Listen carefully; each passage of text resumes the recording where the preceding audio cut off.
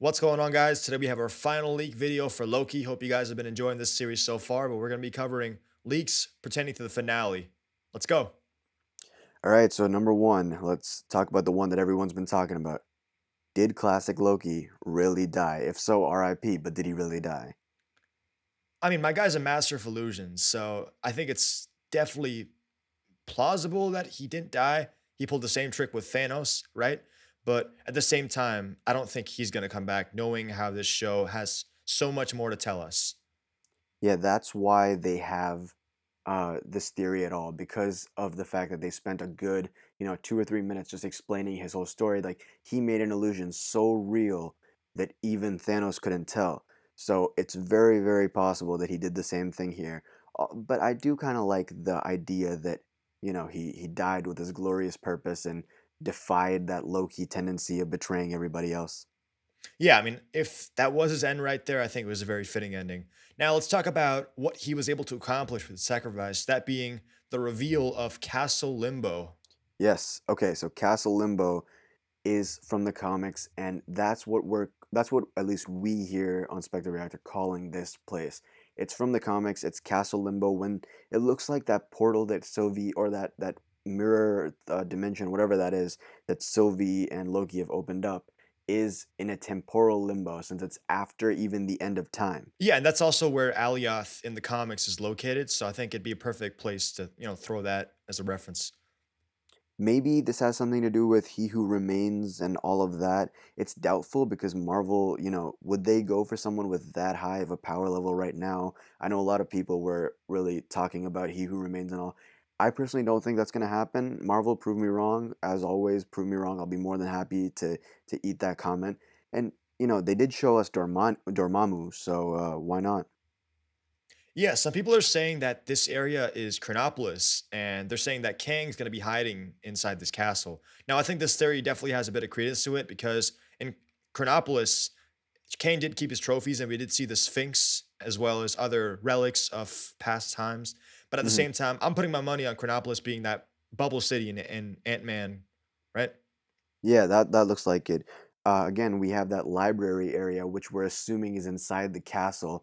We don't know anything about that right now, to be very honest, but I think that might have the secrets to the TVA in there. That's just my crazy theory. Yeah, or my previous theory from the last video that this is sort of like a resting place for everyone who's died in the void. Everyone's life turns into a book.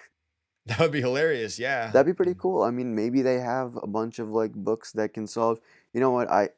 In all honesty, I wish they don't. I hope that they don't spend too much time on the books. I hope that they I don't want find. this to be like a research project. Yeah, the third book. If the third book they touch doesn't have the answers in it, that's gonna get very boring very fast. Now, this isn't much of a leak, more for an observation, but we have seen from previously revealed footage that this castle is actually located at the top of this donut-like planet, and you can see some sort of like supernova in the background. But what's interesting is there's this giant orange light at the top of this building. It's also very prominent in this other shot right here. So my question to you is, what do you think this orange light is, and what significance do you think it'll have in the story? So there is a good chance that this orange light on the top is just for show, but I do believe there could also be, because there are theories out there that say that is where the Kang Immortus or whoever is in charge is residing. Yeah, I think you got a point there, but at the same time, I think it could be used to maybe power their return to not even the TVA to the real world, and maybe Mobius will be able to ride a jet ski. Who knows? Who knows what Mobius is doing right now? I do want that scene though, Mobius scene with a jet ski. That'd be really cool. Absolutely. Anyways, let's talk about Kang. They're actually showing signs of Kang being in this show. Like this, I have a new hope.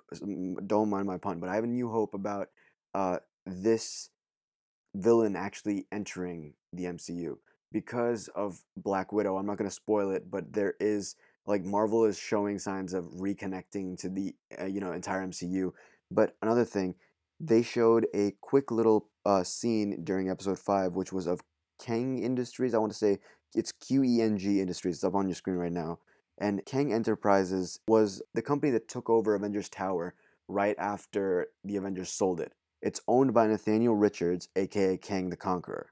So they're really, putting in little Easter eggs that Kang isn't behind all of this. Yeah, and they're also, unlike WandaVision, they're saying there actually is someone behind the scenes pulling all the strings. It's not going to be like Ravonna all along. Right, exactly. The other thing they could do with this, which is, slightly less interesting than Kang, is make Miss Minutes. This is a Reddit theory, by the way, guys. It's not my theory, but make Miss Minutes the main villain.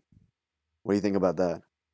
I think that's, on the one hand, it's pretty interesting if Kang as a character didn't exist, but since he does exist, I think it's a waste of potential. He's obviously going to show up at some point, Ant-Man, right? So it's really wise to maybe show his appearance a little bit before he like has his official movie debut. That's my thing. Like before Thanos had his big debut, he had that little scene where honestly, that's all I want.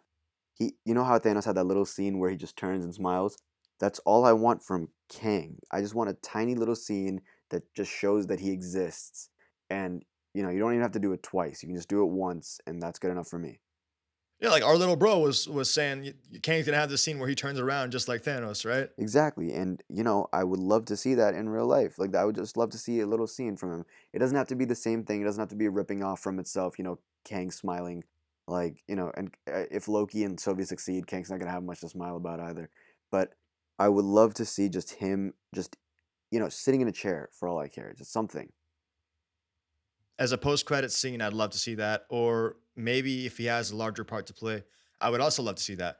But at the same time, he's not gonna have this giant battle with Loki because you want to save that stuff for Ant-Man, obviously, and he's gonna be alive, right? Who knows, bro? If they have a nice little battle, I'm not mad at it. If he has one of his patsies do the battle, that'd be cool too. The only fear I have is that they're gonna end up making it like a little, as you said, Ravonna all along. They're gonna try to make it like Loki all along because we still have that King Loki image that's unexplained. Yeah, let's talk about that for a little bit, right? Some people are saying it's a vision, but really no one knows. Yeah, people were saying that it's a vision that gets interrupted by either Sylvie or someone else, but there is always the possibility that he does end up ruling his own timeline. If you remember, there was a little one-off line that Sylvie had that in which she says, at the end of all this, you could rule your little timeline. Yes, like I said in previous videos, this would be a really fitting end for Loki to finally get his glorious purpose, and I think it'd be awesome for Sylvie to rule by his side as well. Definitely, it'd be kind of weird, but yeah, it would be cool. Another theory that I do want to bring up that I really like is that Loki is going to see Kang Immortus, whoever's in charge, even Miss Minutes, is going to show him a timeline in which he is ruling and try to entice him, like, yo, look at this timeline. You can rule this if you stop coming after me and if you stop coming after the TVA and if you help me reset all the stuff that you've messed up, right? Because they've done something big to piss off whoever that castle owner is. They've destroyed his little cloud monster. Now, I think Loki is going to choose Sylvie over that timeline. I think that'd be a very interesting sacrifice for him because all his life he's wanted to be in a position of power, but he chooses love over this power. So, talk about great morals right there. And it's in a way it's also just like self-love. I know it's kind of messed up and Mobius described it best. Like it would be really messed up to like have a relationship with a variant of yourself, but I guess it's kind of like messed up self-love. And Loki isn't exactly normal, right? Yeah, exactly. Now, anyways, let's talk about some characters that are left over. Hunter B-15. What do you think they're gonna do with her? Well, she's in a little jail cell right now. I assume that whatever they do with Ravonna, they'll do with her.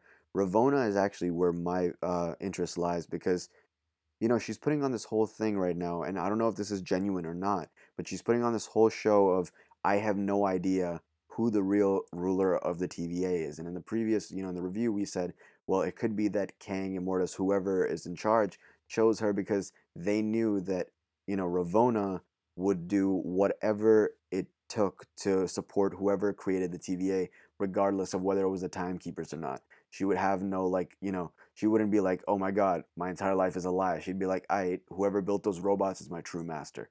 I think, yeah, she certainly seems like the type of person to just kiss the TVA's ass, so to speak. Yeah. But at the same time, I do think there are certain things that she's being kept in the dark about, like their leader.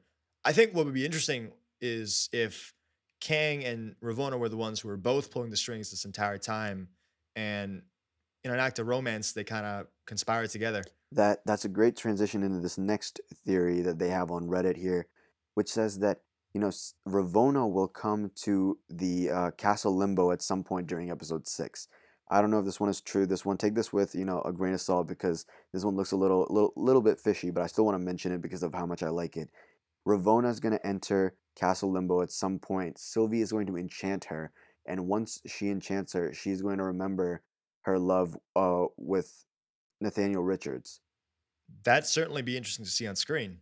And after all, Gugu Mathara has not confirmed nor denied the prospect of a romance with Kang.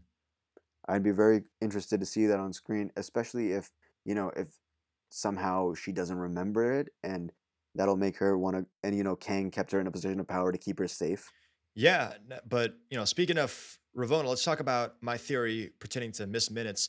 Now, in the Thrawn trilogy, there was a character named Thrawn who had a lieutenant, which eventually betrayed him. So I think a similar thing might happen here with Miss Minutes actually going up against Ravonna because they did say that Miss Minutes has an arc, and that'd be a amazing way to realize it. Yeah, well, we keep assuming that she's going to be the villain. Maybe Miss Minutes is going to be the hero of some kind. So far, we've had no reason to hate Miss Minutes, though. That is true. She's pretty annoying, but aside from that, like, not really any reason to see any malicious intent on her part. Hmm. Wait, but she did lie about that. Remember, like her and Ravonna saying there's a void ship. Well, yeah, but that was just working with Ravonna, I guess. I guess fine that there is that one strike, but again, like so far, she's just been like this cartoony, animated, fun little thing. I don't know. I don't know if they're gonna give her an arc. I tend to disagree with that theory, but you know what? Again, that'd be pretty cool to see. All right, so next we have this image here that still hasn't been answered. There is this cracked gateway type of thing, and it looks like it's the entrance to the library we keep referring to, or the castle we keep referring to. What do you think is the key to get in there? I think the key could be the Chrono Key, which wasn't actually a key, but it was an alias of Tempest. So Tempest is an agent of Immortus, aka Kang, and he's lived in his own dimension, but he also has some association with Doctor Doom. So I think that would be a pretty interesting segue into Doom if he does appear. Let's get into that now that you mentioned it. I really didn't want to mention this at first, but it is a valid theory since he has that whole connection. Doctor Doom has been, started like people have started to talk about Doctor Doom showing up in this episode instead of Kang. We know we're gonna see the final battle with the librarian, whoever the main villain is gonna be. We know that there's gonna be that whole sword stunt scene, which is Sylvie, by the way, right? That's not Loki. We kept calling it Loki. Yeah, it's actually Sylvie because she's the one who's wearing black, and Loki still has his classic white suit. And by the way, like, you got to change that, man, right? Yeah, at some point, I don't know. He can conjure up blankets, but he can't just fix his tie at this point. I don't know what's Yeah, going on. conjure yourself a shower head, man. Yeah, do something. But again, we know that there will be a final battle. We know that there is a villain waiting for us at the end of this. But what we don't know is who exactly is going to be the villain. So I want to ask you guys: Kang, Doctor Doom, Kang in his Immortus form, Miss Minutes, or Loki? Who do y'all think is really behind this, if there is anyone at all? So there's not much time left. We've only got about 3 days, but please drop all your comments and theories in the comment section. And we also want to make a quick video reacting to your comments. So if you have a crazy theory, mention it. Yeah, we got some really great comments last time, and I would love to actually just like live react to them, talk about these theories because this is the finale, guys. This is all we have left of Loki, and I really want to get into all the theories before this. Right now, that's all we got for you guys. Take it easy.